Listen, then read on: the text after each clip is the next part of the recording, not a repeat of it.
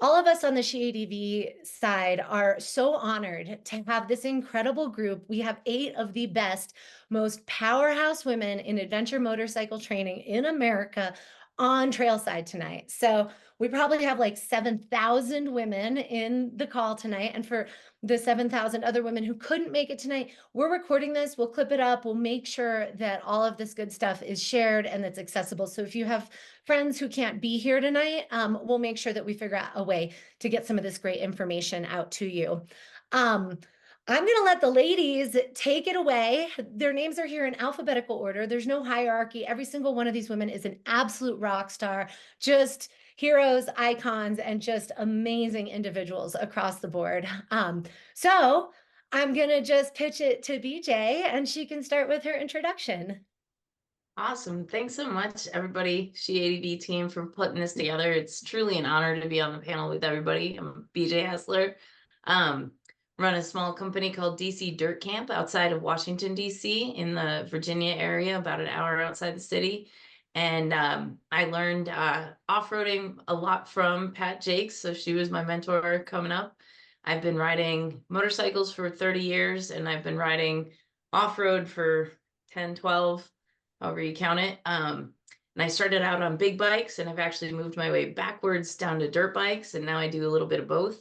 And I do most of my training on small fleet of Honda dirt bikes, and then I invite people to come back out with their own bikes for my adventure training. So we're trying to help build the culture and support the community on the East Coast. I spent a lot of time out in Colorado as well and moved eastward for a job. Unfortunately, then started riding off-road. So that's where I'm coming from. But it's been quite a journey. So I'm really excited to be here tonight and happy to answer people's questions. Awesome. Thanks so much, BJ. We're stoked to have you. Kathy. Hey, it was just like BJ, it's totally an honor to be a part of this panel. I guess I'm Cassie Meyer, and I have a company called Clear Moto. I specialize mostly in the adventure riding segment, so the big bikes, right? So I started my coaching career actually at the BMW US Rider Academy. So I learned how to ride off-road on an R1200 GS, and I've just been on big bikes ever since. So I just really want to focus on, how to manage these big bikes off-road, especially as a woman, because I'm not very big.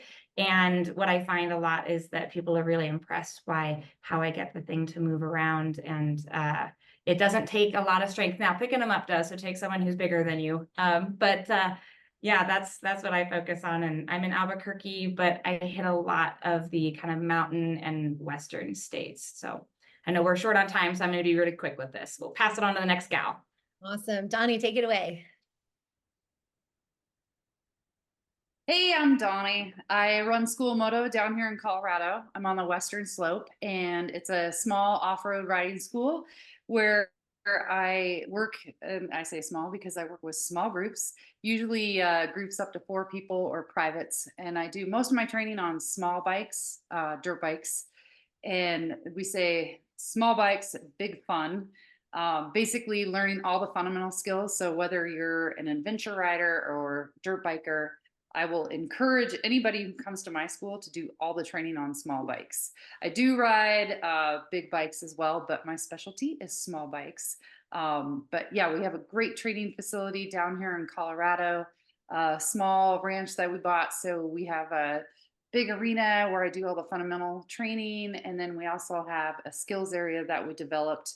And then I have permits with the BLM. So if people come and they want to do 2 days, we'll do 1 day of fundamental and then do a ride out on the BLM so they can take the skills that they learned from day 1 out in the field on day 2 for real life experience. But it's fun. And thank you again, SheADV, for inviting me and all these other awesome lady coaches here. It's really fun to be together.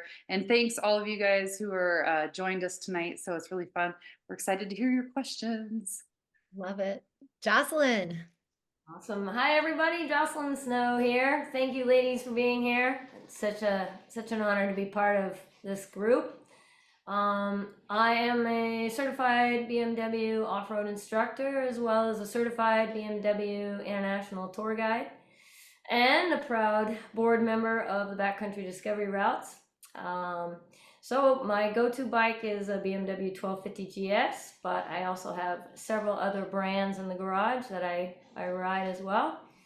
My history, I've been riding for about 40 years. Yep, 40. You heard it. Competed in many styles of motorcycling, such as hare scrambles, motocross, drag racing, supermoto, enduro. I was a professional road racer for AMA 250 GP back when there really weren't any women doing it, just a couple of us. And I was a competitor in the BMW International GS Trophy in 2018 in Mongolia, and then hosted the following trophies thereafter: New Zealand, Albania, and I just got back from Namibia a few days ago, and that's why I have a cold. So forgive me. My school is called the West Coast Adventure Riders, also known as Snow Ranch, here in Monterey County, central to Northern California. We teach both group and private training classes, off-road adventure training, but all levels from very beginner to expert. We also offer tours, and we have a fleet of 7 bikes. 6 of them are brand new. We just got them last week. Thank you for having I love it. Awesome. All right, Candy. All right, thanks for having me. I'm Candy Spangler, Moto Eye Candy, as some of you might have seen me online. I'm out of Denver, Colorado, but I also do some classes at different facilities across the US. MotoEyeCandy.com. I teach exclusively adventure motorcycling, so the large adventure bikes, first level, next level. I've also hosted a couple of competition series schools, mainly focused on the GS Trophy. You know, Jocelyn is she's been all the way. I always like to say I'm always the bridesmaid, never the bride. I've been to the qualifiers several times, made it onto the women's team and went to Spain, but never made it all the way to the trophy. So I just like sharing that passion with others. Really, the best part of training for the GS Trophy wasn't actually the trophy itself for me. It was the incredible skill that I gained. And so that's why I started doing some teaching. It's incredibly rewarding. And we all kind of started, you know, as a beginner. I think it's interesting to note too that I have trained, I've received training from Jocelyn, Wendy, Pat, and Cassie. I have trained alongside Pat, BJ, and Shal on this call. So the trainers need training too, and that never stops. So thanks for having me. Love it. Awesome. All right. Next up is Pat.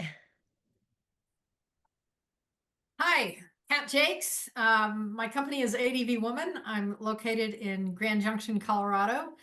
I'm at a different place in my life from most of the ladies on this call. I've been riding for a very long time, for longer than most of you have been alive. And I'm kind of at a place and a point now where I'm backing down a little bit and doing more riding for fun. However, I totally enjoy private lessons and private tours. And I'm so excited. I'm going to be at Tour of Texas, October 24th with the 27th with the SheADV team. I'm really looking forward to that. I started riding when I was 8 years old. I kind of had to laugh about this. I raced professional motocross, and in my 20 plus years of racing, I only raced against women 7 times. The rest of my career was against men. And when I was 16, I raced in the Women's National Championship, and I was leading the race, and doggone it, I had some bad luck. But I did manage to pull out 3rd overall in the Women's National Championship. And I teach single track, dual sport, and adventure riding. If it has 2 wheels, I'm into it. And I'm so happy that you're all here. This is a dream come true for me to see all you women on this call and all you badass coaches. It's wonderful to be with you. Thank you. Thanks so much, Pat. Shal. Yes. I'm super excited for all of you who are here. I'm Shal, co-founder of She80V, owner of Smart, Shal's Motorcycle Adventure Rider Training. I've been riding since 2015, and I'm not your typical ex-pro racer, now trainer. I've been trained in 15 different curriculums and currently certified in 13 of those. And I'm a full-time on and off-road instructor. I travel all over the country to various rallies. I offer tours, small group and private training, and pretty much bounce from coast to coast. Awesome. Thanks, Shal. All right, Wendy. Hey guys, Wendy Mason's here. I'm in Greer, South Carolina with the BMW US Rider Academy. I've been riding for about 15 years and I've been at the Performance Center for 4 years where I teach on and off-road classes. One of the cool things about coming to the Rider Academy is that you can use our bikes, zero liability, financial liability. So you crash it, you break it, we buy it.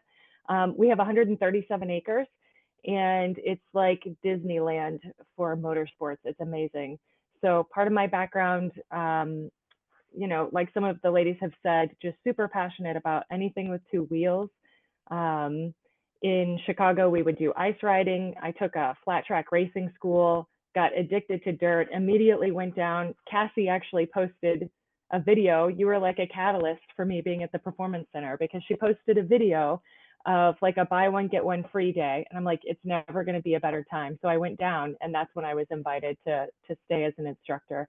And then I just took a full-time position at the PC as the event coordinator. So over the cars and the motorcycles, which is very exciting.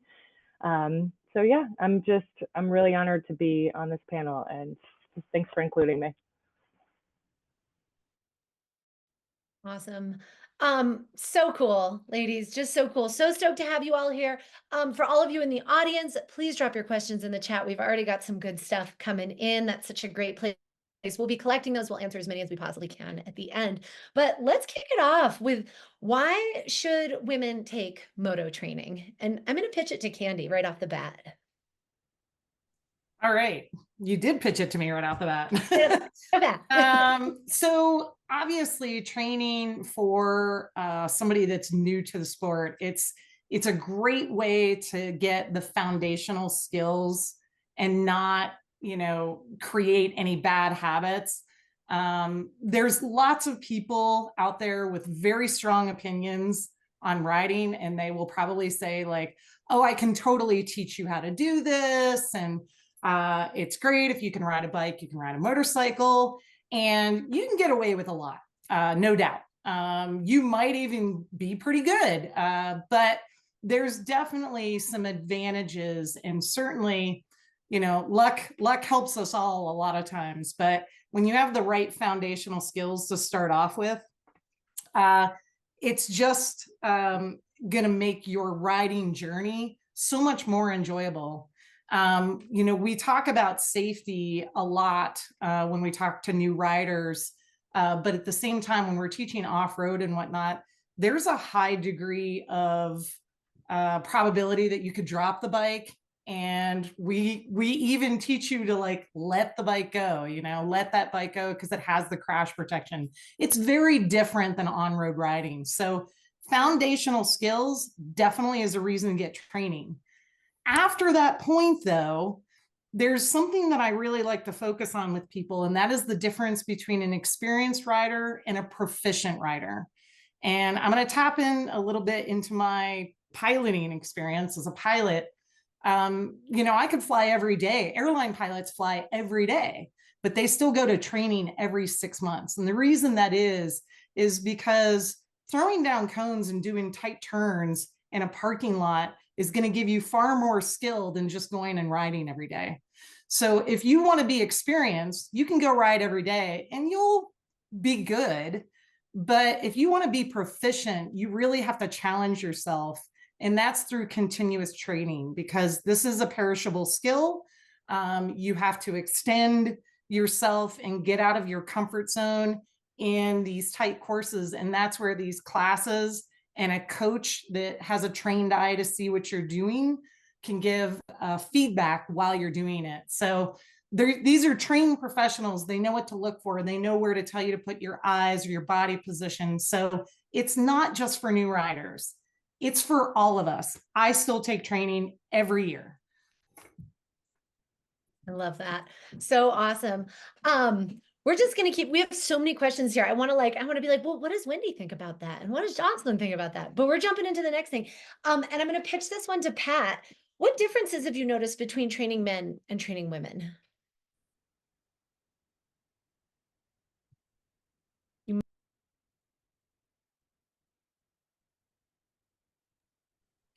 You're definitely on mute, Pat. Thank you. Sorry. Wow, wow, wow. We know that it's easy to see that men are physically different. They, look at a text string, they communicate differently than we do. They develop confidence differently.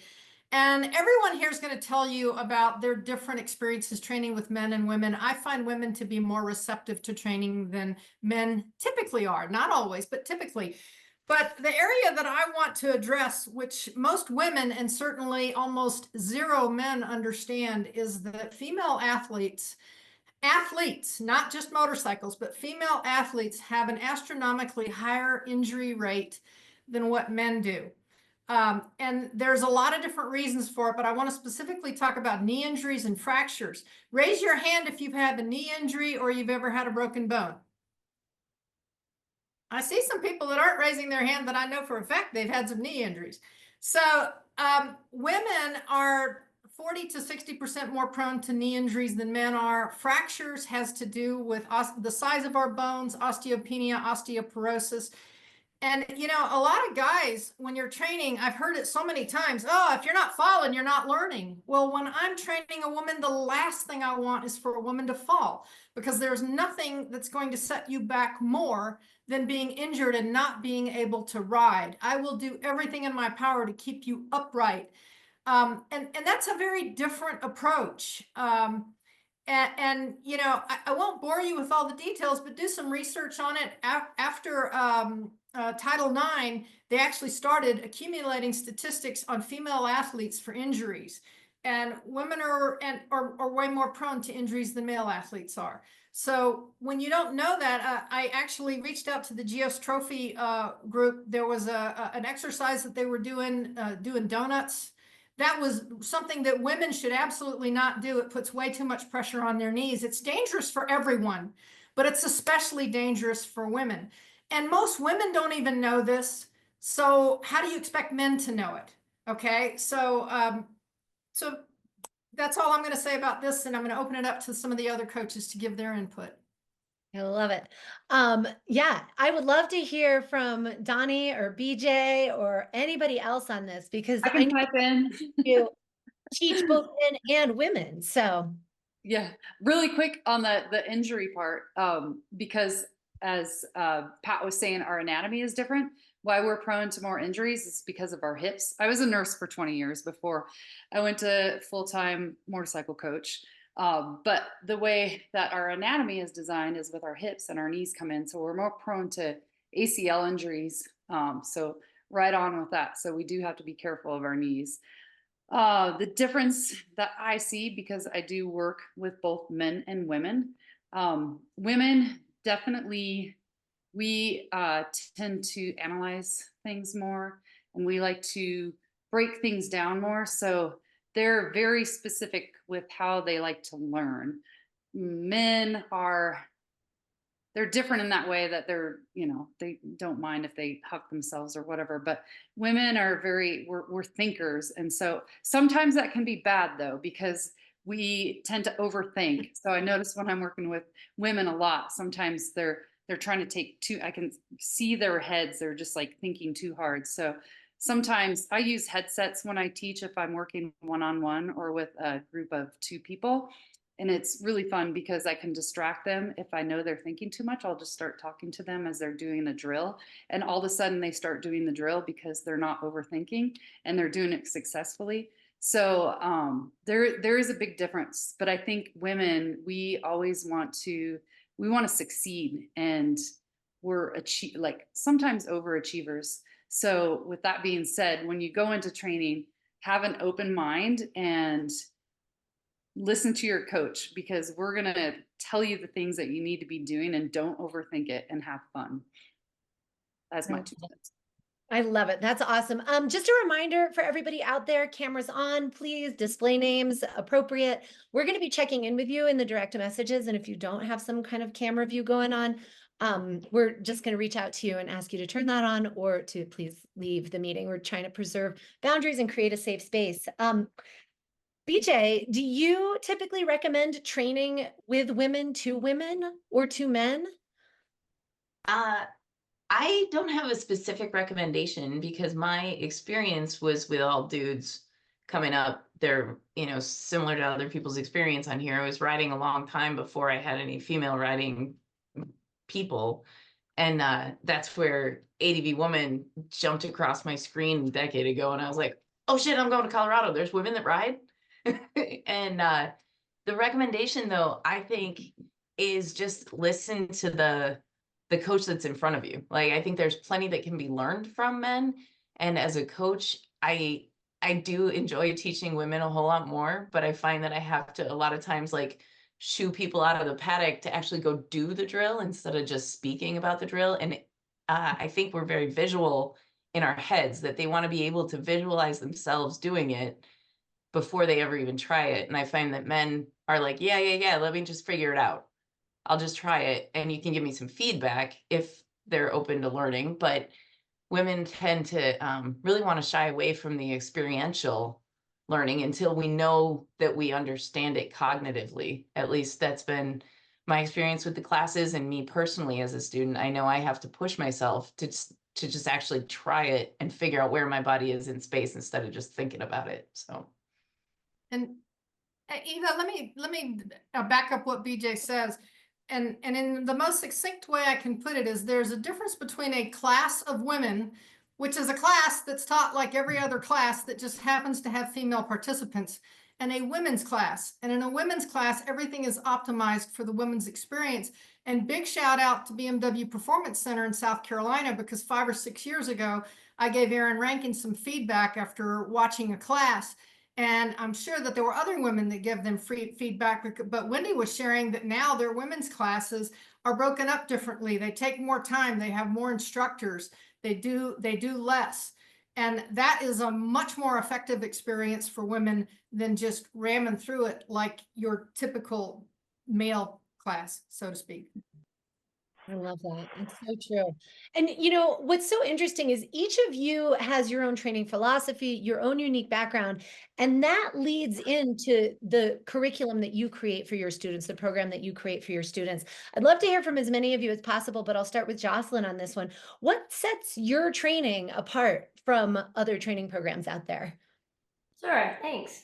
Well, I participated in a lot of other training programs, and they're all amazing. Everybody has their own way of training, and I think they all are very beneficial. What we do here is we work a little bit more on what's between your ears as opposed to the fundamentals. So usually when riders come to me, they have most of the fundamentals down, and they know the clutching, brake, and uphill, downhill turning. But what's happening is their confidence is getting in the way. So it's something in their head. And I coach both men and women, but I have to say I've found with women particularly, the confidence is frustrating. It's all confidence really to handle a 550-pound adventure bike and to do it well. So I feel like we've been told our whole lives, oh, that's too big of a bike for you. I know I have. Or how do you handle that? Or, oh, is that your husband's? Or would you like me to get that jar of pickles open for you, or carry the groceries in for you, or lift this, or do that, or move the car, or back up the trailer? And our whole lives. And I think we just start to believe that stuff, and so when we get on these motorcycles we doubt ourselves. And so my training really focuses on what's going on in your head, and we have a unique facility, a unique 15-acre facility that basically works on your mind, and it's fascinating to watch. The first day is a bit of a breakdown day. It's frustrating for a lot of riders, but then the second day is a big build-up day, and it's absolutely amazing to watch the progress and see what happens when a rider starts believing in themselves. So yeah, that's how we're a little bit different here, I think. Love it. Shal, why don't you jump in on that? Yeah, thanks. So the curriculum that I use is DART, Dragoo Adventure Rider Training. And the reason I chose that curriculum is for the adventure rider is that it starts with the basics, it builds on the basic skills for balance and control. And I don't only just give a taste of those skills to the students, I allow for a lot of repetition. So they get a better handle on things before we move up the ladder of skills. Because of the amount of instructor training that I've been through over the last 9 years, along with my innate ability to observe and scan riders head to toe, analyze what it is they're doing or not doing, and then to be able to give them that feedback for them to turn around and use. I really think that does set the training apart from maybe some of the others. I just have recently gone through 2 advanced trainings, and it was literally, I left disappointed in the sense that we got to do the skills like 2 or 3 times, and then we were moving to another thing. And I just felt like I wanted more repetition so it could really set in. So anyway, that's why I do what I do with my students. I don't rush them through the curriculum. I love that. Cassie, why don't you jump in on this? Awesome. I mean, it just is repeated over and over again that you have got to build those foundational skills. It doesn't matter what you're riding, if you're on a small bike, big bike, street bike, whatever, those foundational skills are key. So that's a lot of what I focus on. And what I run into a lot is that people are like, well, what's so different about like novice and intermediate? And I'll kind of expand on that. But I'm still that repetition, like kind of like what Candy was saying, is like, you know, you can be a pilot, but you got to go back and get training every 6 months. And so it's like, I'm not teaching, you know, all these big, huge novel things. We're just going back to those foundational skills and we're honing them every step of the way so that you can go over bigger rocks, go through steeper hills, whatever it is. You know, and I do the same thing. It's like from top down, I'm always looking at vision first, right? I can't teach someone to make that tight, that turn tighter if they're not looking, right? So I start there and I go down. The other thing I really focus on is I always tell people that the motorcycle is going to tell on you, right? If they're doing something wrong, the bike's going to tell. It never tells a lie. And then I can kind of break it down and say, hey, you know, the bike did this and your body's here, and let's try to change this up.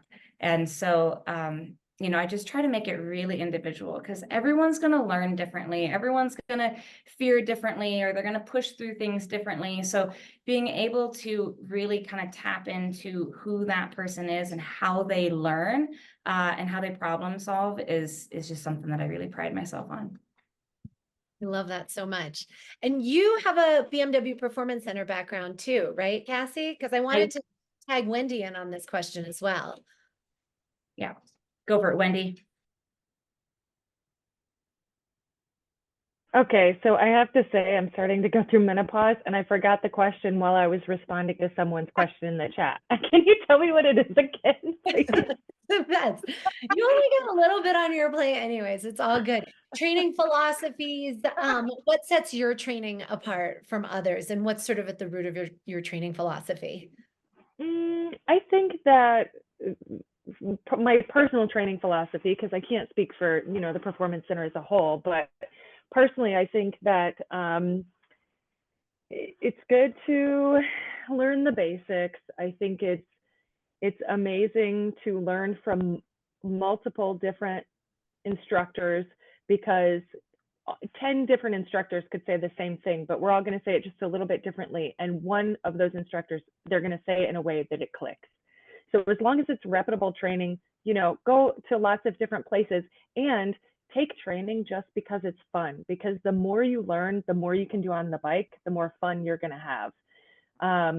So, I mean, that's how I ended up where I'm at now. Flat track racing school. I'm not trying to be a flat track racer. I had no idea what I was doing. I was terrified. I thought I was like getting after it, you know, on this little 125 dirt bike. And here I am 5 years later now teaching at the performance center. So you just never know where training can take you. And I love it. I think it's great. Love that. That's awesome. I love how much heart and soul is behind everything. Would any of you other ladies like to chime in on your own personal philosophy before we dive into the next question? I Yeah, have jump something I in. would like to say.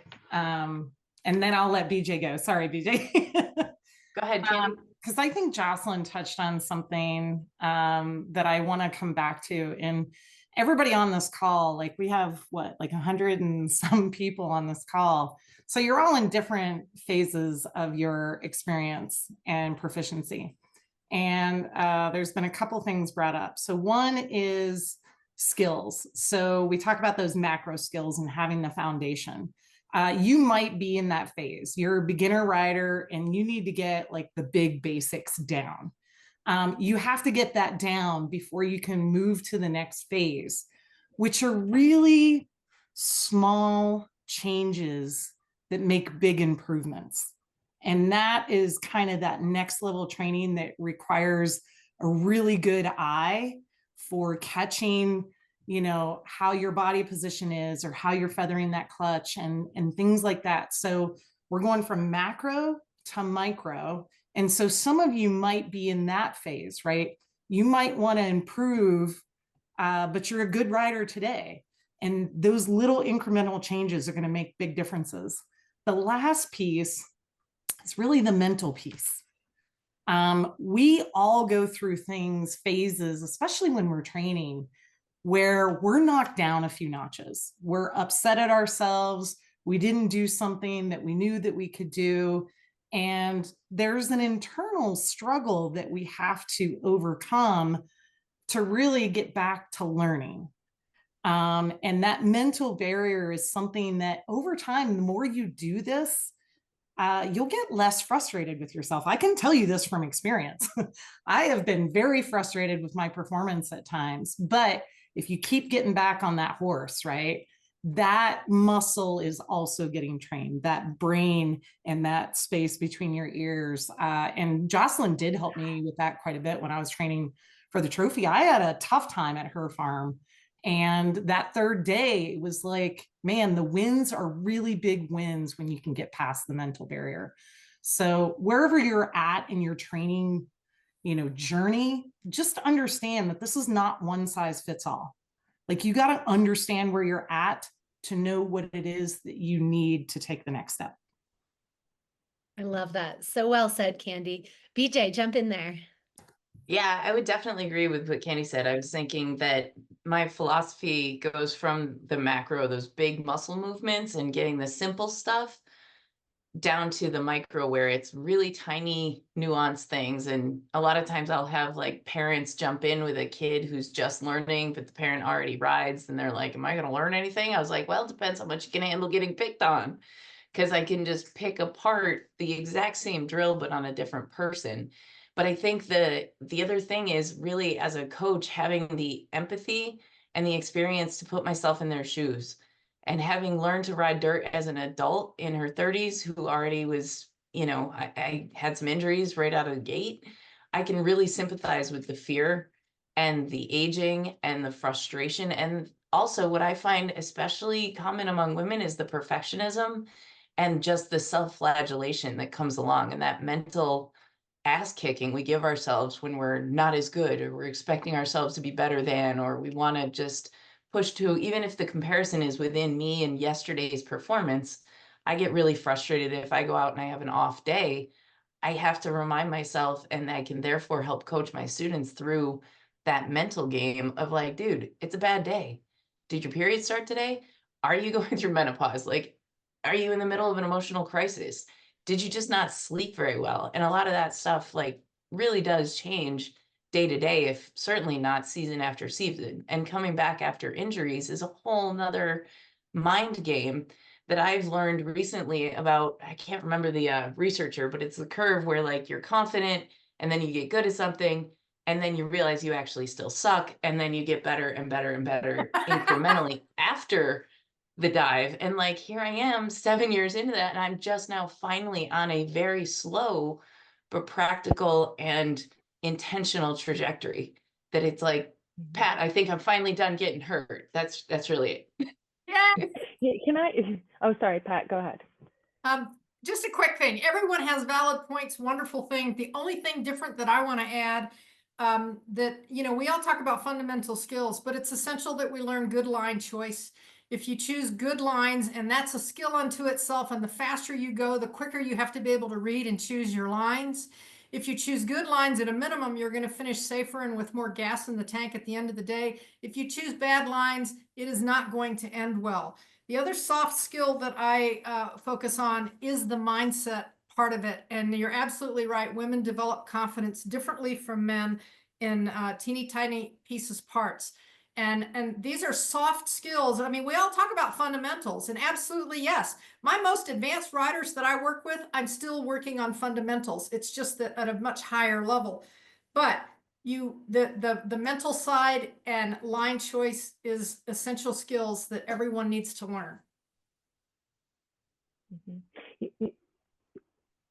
Oh, okay. Yeah. So there are two things that I wanted to touch on that I heard some of the ladies say. One is, if you know that this is something that you want to do, be an adventure rider, whatever it is, just don't give up.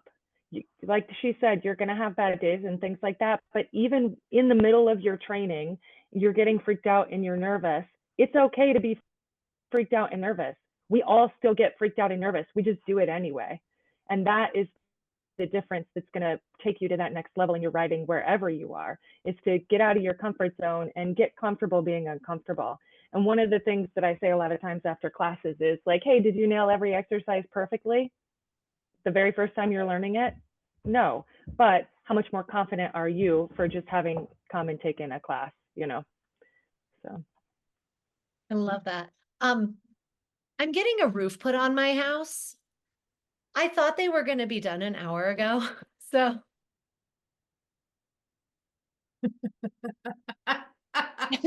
I'm like, shit, can I ask a question?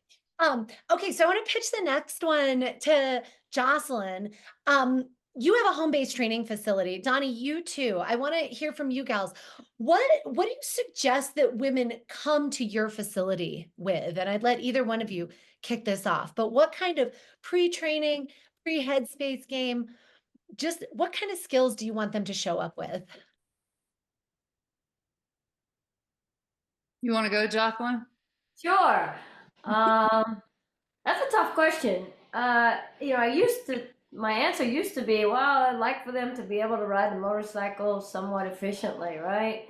Be able to maybe ride here from wherever it is they're staying in town. But this year we had 22 classes so far, and we had 3 of them were brand new riders that had never ridden before, and they showed up to ride a 1250 GS. So that was interesting to me. They took the MSF and just had the Honda Grom, I guess is what the MSF class put them on, or similar anyway. So I just think really what they need to come with is the right attitude. Don't really have any expectations. Just come with an open mind and ready to learn. I think it's important that you get put in the right skill level, the class that fits your skill, whether it's beginner, intermediate, advanced, or expert. And of course, that's always tricky to tell. So I think before you go to a class, it's nice to maybe have a conversation with the instructor and ask them what the qualifications are exactly for, say, the intermediate. And if you think you're intermediate, maybe have that conversation and make sure you get in the right class. Because There's nothing more frustrating than getting in a class where everybody's like so much better than you. I mean, it'll make you a better rider, but you know, nobody wants to get frustrated and kind of walk away defeated. So I would say just do the research. And if you do bring your own bike, because we offer both bring your own bike or rentals. If you bring your own bike, make sure that it's equipped properly, maybe with some knobby tires of some sort, and everything's been maintained well. And just bring the right attitude and be ready for anything. Thanks. Donnie, go for it. Same here. I have a small fleet of 125 4-stroke beta bikes. So I'll take brand new riders. If somebody's never had any experience on a bike, I'll take them. But again, if they sign up, they have to sign up themselves. I've had a few calls where the husband, calls out, or the boyfriend is like, hey, I want to get my girlfriend into dirt biking. Can I sign her up for a class? And I always ask them, well, does she want to take the class? And they're like, well, if they hem and haw, I'm like, nope, unless she reaches out to me, I won't do it. So all the ladies that are on here tonight, I'm assuming that you guys are here because you guys want to ride, or you already ride, you're interested in riding. And so you guys already have that drive to do it. But for me, working with the small groups, I work with a lot of privates. So not those that come, they don't have to worry about being in a group and feeling like, oh, I might not be able to keep up with them. And I think that's kind of where I'm a little bit different than other facilities, because I offer that's kind of my specialty. Like I said, is small groups. I'll encourage other riders, like if they have friends that are at the same level, to come together. That way they, they know each other. So if they have to wait on the other person, they're not going to be irritated because they've paid the same price or whatever for the same training. But I think the important thing with that is that they're comfortable. And so feeling at that level, I just totally lost my thought. See, I'm going through menopause too. I started thinking about something else and then I'm doing it because I'm totally at that stage in my life too. That's why It's rough, I'm man. a real coach. Yeah. And then I started rambling and thinking too hard. What? Oh, Shal, did you yeah, go find your ahead. thought? Yes, take my thought away. Well, You just left me. I'll take your thought away. Well, I just wanted to chime in real quick, because one of the things I see often is, or hear, is riders want to practice things before they take the training. It's kind of like getting fit before you go to the gym. And I want to encourage you to just sign up for a class, right? Because what usually ends up happening is you practice the wrong things, you now build some bad habits, and now we got to fix those bad habits, which is hard to, fix. They were hard to create in the first place, and now they're going to be hard to fix. So it all takes time and effort. So start off right. Maybe start off with a basic rider course, an MSF, total control, whatever. Learn the basics so you get the controls down and stuff like that. But then sign up for a class that is then designed for the type of riding that you want to be doing. If you want to be riding the trails, take a dirt bike class and start at the basic level. If you want to ride Forest Service roads or a backcountry discovery route, take a dual sport or adventure class. And again, no matter how many years you've been riding or how many miles, start at the basic level and then build up from there. So, yeah. I've got one thing to say about that too. Like, also another one that I've heard, and I'm sure all you ladies have heard this, the coaches, is I'm not good enough to even come to training. Drives me crazy, because that is what we are here for. So don't, it is just silly excuse. I want you to come to training. We all want you to come to training, and you are good enough if you show up. So show up, please. Just show up. I love it. I love it. Gosh, there was a question in the chat that I was going to ask because it rolls right into this, but forget about it. Let's just weigh in. big bikes versus small bikes. You all run the gamut from riding dirt bikes to taking big old GS pigs and some gnarly stuff. You guys do it all. When do you recommend and how do you recommend that women choose one or the other? Or should you just have a whole bunch of motorcycles? Let's be honest. They're like say chosen that into a plus box. one. Yeah, the N+1 rule, right? If you're fortunate enough to have multiple bikes, it's awesome having the right tool for the job. But I teach from the perspective of I ran what I had. I mean, I took Pat's dirt bike class on a GS 650 and it was like, oh, that's not a dirt bike, but it's what I could get out to Colorado. And then I started riding a Versus 650 at a bunch of dual sport events, and they didn't even make knobby tires in a 17 at that time. Like, it was ridiculous, but my training finally started kicking in and I got a lot better as a rider when I stepped out of the weight class of the fat bikes and tried bouncing around on a really small bike, learned how to maneuver my body around the bike without such high consequence and without dropping a beast on top of myself and without getting so exhausted just picking it up that I couldn't train for a full day. So once I got onto little bikes, my learning curve got much steeper. And I found watching I mean, that's how I started the school, is I bought 2 dirt bikes and started dragging road riders out into the woods with me. And I saw all the fun they had being goofballs. And then I got more training and more curriculums, exposure and certifications. And I realized this was a big aha. I now tell people, come drop my bike so you don't drop yours. Because now I love riding my Africa Twin, which is a very heavy bike. It can carry all my shit. It'll go forever and ever because it's got a big tank compared to my little KTM.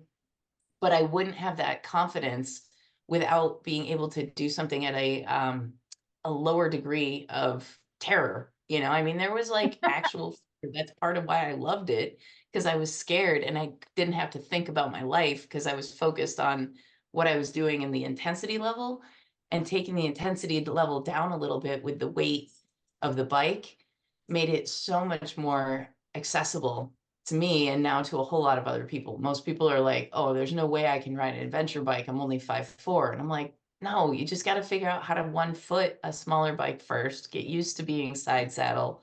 We work with that all the time at my farm because people just are so freaked out by the weight that they get exactly like you said, I'm not good enough to even go there. I'll never do it. And I'm like, well, of course you'll never do it with that attitude. So yeah, I love training on a little bike specifically for the adventure bike experience. That's my 2 cents. I Yeah, I'll have I would small like to ones. take that a step further. I'm a big fan of mountain biking, as many of you probably know. And like Pat mentioned earlier, vision, choosing a line, all of that you can, work on with mountain biking at very, very low consequences. So if your line choice is horrible, it's a mountain bike, it might weigh 50 pounds or less versus, 250 pounds. So anyway, I'm always an advocate for getting a mountain bike and building not only your fitness, but some of these other softer skills that will definitely transition into the moto world. I'd like to pitch an idea here. Training on a small bike versus a big bike. The answer to about 90% of motorcycle questions is it depends. Which is the best bike to train on? It depends. Like BJ said, what do you have? Ride it. Okay, if you got one bike. If you're a new rider and you're going to learn more faster and get more confidence if you ride a small dirt bike until you have at least intermediate off-road skills, not road skills, but off-road skills. And then switching to a bigger bike, you're going to carry those skills with you. If you are an intermediate or better off-road rider and you want to do something like the GS Trophy or tour all over the place, then heck yeah, train on that big bike. But I'm looking at all the trainers in this group, and I don't know each one of them personally, but every single one that I've worked with started out on a little bike, whether it was a bike in doing an irrigation bike at a farm or racing a little mini bike in supermoto or whatever. But you know, it takes a long time to develop a high level of skill. And this is also something I want to stress here. There are seriously some badass women trainers on this call. And no doubt that I'm going to guess that there are women out there going, oh my God, I could never do that. The truth is that each and every one of us was you at some point. 10 years ago, 15 years ago, because I personally have witnessed the tenacity, the resilience, the drive, the commitment, the desire of many of these coaches who are top level elite athletes and the best of the best on this call. Don't expect it to happen overnight. But if you want it, you can get there, because there's a bunch of coaches on this call that are living proof for that. So again, my preference is, if you're a beginner, start with a small bike until you're intermediate or better, and then switch to a big bike if that's your desire. If all you have is a big bike, ride the heck as best as you can out of that big bike. Oh, and one thing I want to add to this too. There are differences in big bikes. The BMW GS 1250 1300 is a completely different beast from any other bike on the market. It has that boxer motor, and it has that cantilevered front end, and it has fat 19-inch front tire. That motorcycle behaves completely different from a KTM 1190R or a KTM 790R, which has telescoping forks, a narrow 21-inch front wheel. The bikes are completely different. They have to be ridden, in some situations, they have to be ridden completely differently. And Quinn Cody and another Baja champion, they both teach sand riding, and they teach completely opposite methods. The way I ride sand is very different from the way Wendy and Jocelyn teach sand. But I'm not on a GS 1250. And Shal has tried riding sand the way I teach it, and it doesn't work. So if you're riding a BMW, by gosh, 1250, you know, go work with someone that rides one. I'm not your girl, because honestly, I know what a narrow 21-inch front wheel with a certain type of suspension works like, and how it works best. Pat, I'm going to jump in here real quick. Yeah. I'm going to jump in here real quick, because I don't want to neglect the fact that there's a lot of women in this audience right now who have already done training. They've gotten out, they've done their classes, they've taken their skills. And I want to throw this out to some of the other gals, because we're running short on time here. I'm going to pitch it to Jocelyn, and then I'm going to pitch it to Wendy. Now that I've taken my training, what do I need to do to put those skills to use? Broke up. I'm sorry, broke up in your question. Sorry about that. Blame the roofers. I know Wendy wanted to chime in on this one, but now that I've trained, how can I put new skills to use? Wendy, go ahead, Wendy. Okay. So I will just share a very quick story. Like most of you know, I rode the Wyoming BDR. Before that, I had only trained for a few months at the Performance Center on the weekends to become an instructor. And I didn't really have any off-road experience. And when I came back, I got a little bit of a talking to, because when I left, I was like super slow. And when I took a class out after that experience, they were like, you're way too fast. You're going way too fast. And, you know, we're riding around, and I just realized, like, wow, the things we're learning at the Performance Center before I left felt really hard and sometimes almost impossible. And then I got back from one adventure ride, week-long adventure ride, and I was like, man, everything we're doing here is real basic. And that is what real life adventuring does for you. It's important to take training, but if all you ever do is take training, you are not going to advance as much as you would if you actually get out in the real world and go adventure riding. Even if it's just a couple of hours, go somewhere that gets you out of your comfort zone and do some adventure riding. Cool. Yes, Shal? So I was just gonna say, you know, if you've already taken the training, you've done the training, how do you improve your riding from that point? It would be to practice what you learned. It's all about seat time, and that's whatever motorcycle you have. I have a little bit different philosophy on the big bike, small bike thing. I just kind of believe if you want to ride an adventure bike, then practice on an adventure bike, or a Harley, practice on a Harley, or a dirt bike, practice on a dirt bike. If you're looking to build your confidence and you're having an issue with a bigger bike, then certainly start smaller and work your way back up. But I think whatever it is, if you want to improve your riding, training is great. And then from there, it's seat time, seat time. The more you ride, the better you're going to get. I love that. That's awesome. I just want to ask all of you all the questions. So Andrea just dropped a question into the chat. Hi, Andrea, by the way, glad to see you on Trailside. Andrea's a rock star. She does so much for this industry. She's wondering how to know when your skills reach intermediate. And this reminds me of a question that ended up in our Facebook group earlier from the gals over at the farm, which is a cool training facility in Colorado, way out on the Front Range, if I'm not mistaken, but double check me on that one. But they asked, I'd be curious to know how trainers try to encourage people to take their training beyond the fundamental stages. What I'm seeing is that people are either new and super excited to learn or very experienced and want to push to extremes. How do trainers market and cater to that in-between crowd that could benefit from training but think they already know it all? I think that's as much a personal question as it is a question for the trainers, right? Like, I think maybe it was you, Candy, like, how do you encourage those intermediate people to come back and keep training, like the pilot who does a training every few months? Well, I think that has to be something within. Like, you really have to want to be a better rider. And I think where a lot of people get in trouble is because they ride 5 days a week or something like that. They think, hey, I'm good. I'm a very experienced rider, right?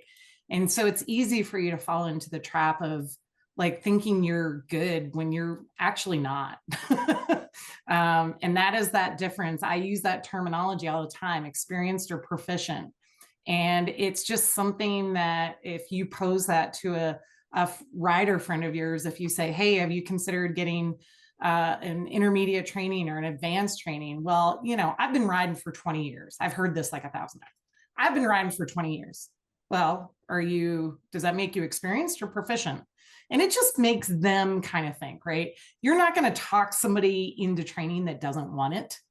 But I think if you make them realize what the difference is between those two things, then they might think differently. And whether you're a road rider or somebody that wants to get out and do, you know, gnarly BDRs or that terrible Georgia Pass wrong turn that I did 3 weeks ago, like to get through that stuff, like you have to have the advanced training. And it's funny because a lot of my friends are now going, oh, wow, how'd you get through that? Well, it was messy, but I'll tell you what, attitude was 90% of the battle. If you can't laugh at it and get each other through, like it's not going to be pretty. So anyways, that's a long-winded way of saying, like, how do you get somebody there? They have to take the initiative, but they have to realize what it is that they're going after.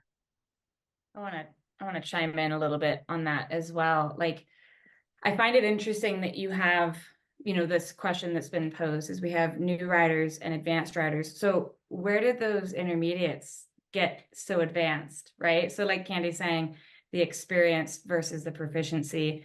So I'm going to answer this in 2 ways. So the first one is like, how does someone know if they're intermediate, or how do we cater to that? It goes back to those foundational skills. You know, if you can do a circle, awesome. Was it on flat ground? Cool. Let's put it on a camber. Let's throw things in there. Do it in ruts. You know, that's where you start moving it into that intermediate, I think. And then the other thing that I see a lot is just because you got through it, whatever it was, did you survive it or were you thriving? And I think that's a really good question for people to ask themselves as well. Like, did I white knuckle it and I was like, holy hell, I just went over engineer pass, right? Or were you like, yeah, that was awesome. And I had all the skills to do that safely. Because I think that's the other part is like, if you feel safe, I think you're going to enjoy yourself more. Like if you feel like I'm going to blow my knee out because I'm dabbing all over the place, then like that doesn't sound fun to me, at least. You know, so I think that it's really important to not skip the middle. Like if you want to make a sandwich, you have to put stuff in the middle. So don't just go from novice to advanced. Like the intermediate is a huge section, and a lot of people don't even get to the advanced stuff, like what I consider advanced, right? So I know that all of us coaches kind of have a different level or skills, the way that we kind of rate it or grade it. But yeah, I think most people kind of hang out in that intermediate, because you've got novice intermediate, intermediate, and advanced intermediate. That's when you start flirting with that advanced stuff. And most people, because I'm an adventure rider, so I'm on those big bikes, most of those people don't want to take the bikes where we take them. So don't skip out on that intermediate stuff. Like, continue to go to training, and like Candy was saying, just because you have the experience does not mean you have the proficiency. Awesome. Awesome. I want to start winding it down. I wish that this was so much longer, and I just want everybody to know in the audience and all of our trainers that we're going to do this again. It's already in the books. We don't have it scheduled yet, but this is just so cool to have all of this wisdom and experience here. I would just like to do one final go around, and we'll go in reverse alphabetical order just to be a little more egalitarian over here. Just one more thing that you didn't get a chance to talk about that you think it's important for these women to hear. So we'll start winding it down. Wendy, take it away. I don't want to go first. I got to think about it. Okay. I don't know. Yeah. Thank you. I know, I can go. Take it. Don't be afraid to drop your bike. Honestly, it's like it's funny because I've had many people that I've worked with that are especially newer riders, and they come in and they're so tense, and then the moment, and we talk about this, we talk about falling. We don't actually do drills where I push people down and make them fall, but we talk about falling because there is a right way to fall. But as soon as they drop their bike, it's like this big and they're like, that was not that bad. And so after that, they're totally fine. It's like this light just changed, and they have a lot more confidence, and they feel a lot better, and that the nerves just like go away. So don't be afraid to drop your bike. Awesome. The last thing I'd like to talk about and encourage is riders to take like an immersion training tour type situation where you do 1 or 2 days of training, and then you go and hit an off-road route for multiple days. It is the best to hone in on your skills. Like, you get multiple days of watchful eye from a professional coach, and you just really get to work on those skills. When you take a class, if you don't apply those skills right away, you lose a fair amount of that information. So by doing an immersion training tour, you get to repeatedly use those skills for multiple days. So I can't stress that enough, how that would be really good for you. What I'd like to say is that every woman that's on this call is a leader, and you care and you're passionate. So my invitation is that you support all of the women on this call, and you support them financially, and you support SheADV. My career is winding down. I'm doing more riding for fun and less working. But I know at least 5 coaches here that have done training and have taken a loss on the training but they went ahead and they did it because they're so passionate about it, because they want to serve women. So, these women that are here, these coaches, they are the best of the best. Support them, support SheADV, and we'll grow this whole thing together, because your money speaks loudly. I'd just like to add in, is my thing working? Oh, good.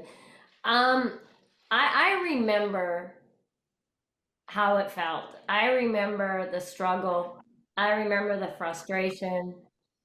I remember the fear when I couldn't figure out, well, how am I ever going to get any better? I'm so scared of this motorcycle. I'm so frustrated. And that's on the street and the dirt. I remember that.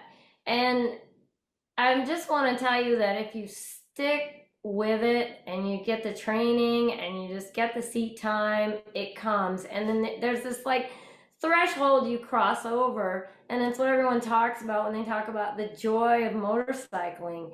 That's where it is. It's not when you're going around a corner going, oh shit, shit, shit, shit, I'm going too fast, you know, or oh no, sand, rocks, you know. It's this thing you cross over and all of a sudden everything's fun, and you don't panic and you don't worry about it anymore. It takes work, it takes time, it takes dedication.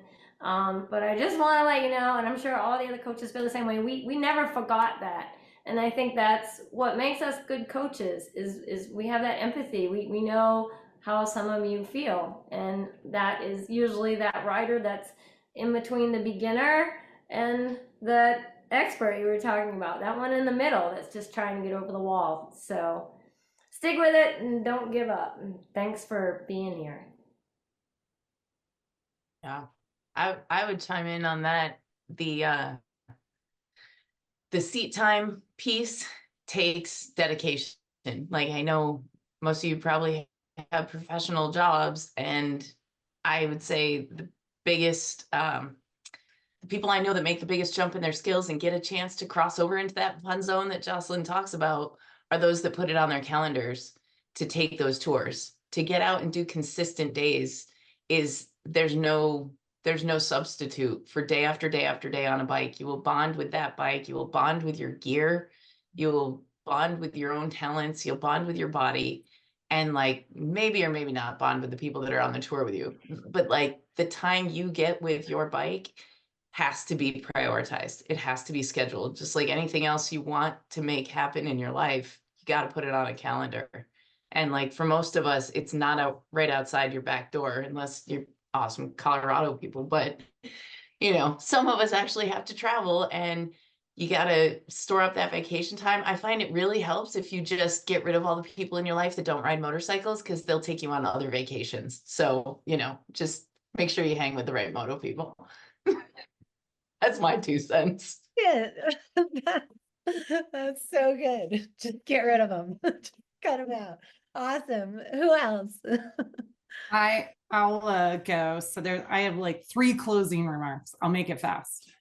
There was a comment made, and a lot of us have a lot of years of experience, right? And I think Cassie can speak to this, but I took a very long hiatus from motorcycling. But my point is, like, you can get advanced skills, improved skills much quicker than you think. This does not take 20 years to get really good skills. It takes an intentional effort, and I think it can happen very quickly with the right training. So don't feel like if you want to get as good as, you know, Cassie or Wendy or Jocelyn, like that's not a 20-year endeavor. If you set your mind to it, and you get the right training, that can happen quite quickly. So I don't want you guys to feel like this is never going to happen, right? The other thing is, I want to challenge all of you ladies to go far. Go far. Because there's a quote that I love to say, only those who dare to go far can possibly know how far they can go. And this is true for a lot of us. Until we push ourselves, until we get out of our comfort zone. And I will tell you, every one of us on this call that's been at a training event for the first day, or at a competition, or whatever it is that you're into, we have butterflies. There's anxiety. How you deal with that, like I said, it's a muscle. You will get better at it, but anything worth doing is uncomfortable. So embrace the suck, as they say. And then the last thing I want to leave you with is never, ever compare yourself to others. When you're in this journey and you're training, the only person you should be comparing yourself against is yourself last year. I always look at last year. Am I better this year than I was last year? If I'm not, then I need to up my game, right?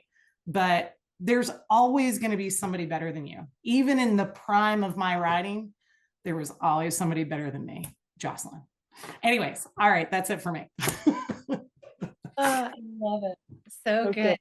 I know what I'm gonna say. Okay, so a fellow instructor at the Performance Center shared this with me like early on in my training career, and it really stuck with me, and it meant a lot to me at the time, and I'm going to share this with you because it's true for every single one of you as well, but you are a better rider than you think. I promise you, you are a better rider than you think. So just take that with you and know that you can do this. Whatever you set your mind to, you can do it. Nice. I love it. Cassie, do you have one last great thought? We didn't hear from you yet, did we? No, not yet. A great for whatever reason, this is the thing that like keeps coming into my brain, and I don't know if it totally fits, but and I'm speaking from personal not even experience, but just like the kind of the person that I am. So I grew up with 3 brothers, and so I was always the tomboy. I was always kind of like trying to run with the boys. My dad was the one who taught me how to ride motorcycles. I came into the industry where, I mean, it's getting better and better and better for women, but I came into a point where I really felt like I had to kind of like earn my place against all these men. And I found that learning the skills, and that's really what propelled me into becoming a coach, was that I was fed up with being like, don't you think that bike's a little big for you? And I was just like, you know, you know what? I can literally do circles around you. Like, that's what I wanted to learn. I wanted to learn that. And it drove me to a point where then it didn't matter anymore, right? But I think I had to learn those skills, and I had to prove myself in order to then go, okay, yeah, maybe the bike is big for me, but like, hold my beer, right? So trying to figure out how to like kind of tie this in. If there's any women out there that struggle with that, like having a man just tell you that you can't do it, let it drive you. So be it, right? Learn the damn skills, do the stuff, and become the rider that they don't think you can be, because you can. So good. What? So good.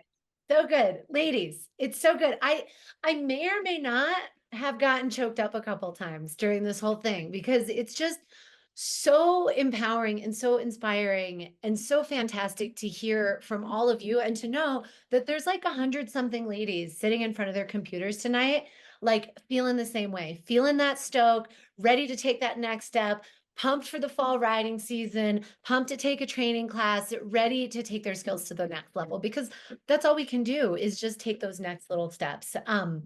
This has been so cool, you guys. I feel like we could have gone into any one of these topics for an entire Trailside. So thank you for your brevity, for your heart, your soul, your care, your wisdom, your laughs. Just cut them out of your life unless they ride. I love all of it. I love all of it. You guys are awesome.